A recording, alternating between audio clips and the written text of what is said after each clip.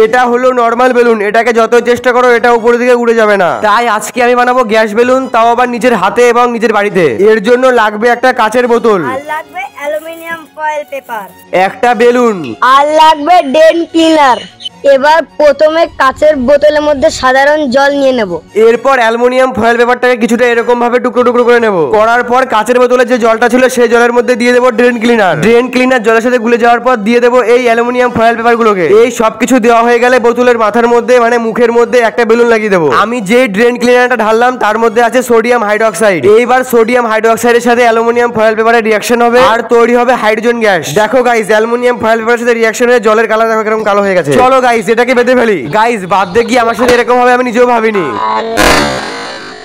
এতক্ষণ ধরে খাটলাম, পুরো জলে চলে গেল। তাই আবারও ওই বোতলটার মুখে আরেকটা বেলুন দিয়ে দিলাম, দেখি ফুলে নাকি। ও গাইস দেখো একবার ফুলে একদম লাল হয়ে গেছে। আর গাইস এই বেলুনটাকে আমি খুব সাবধানে বাঁধছিলাম, কারণ এই বেলুনটা ফেটে গেলে আমার কাছে আর কোনো বেলুনই নেই। বাঁধার পর দেখো গাইস বেলুনটাকে ছেড়ে দিলেই উপর দিকে উড়ে যাচ্ছে। হো গেয়া না দেশি জুগাড়। এবার এটাকে দড়ি বেঁধে আকাশে উড়িয়ে বেড়াবো। আর গাইস তোমাদেরকে একটা কথা বলি, এরকম ইন্টারেস্টিং ভিডিও দেখার জন্য আমাকে সাবস্ক্রাইব করে রাখো। আমাকে সাবস্ক্রাইব করলে আমি এরকম ভিডিও ছাড়লে সবার প্রথমে তোমার কাছে নোটিফিকেশন যাবে।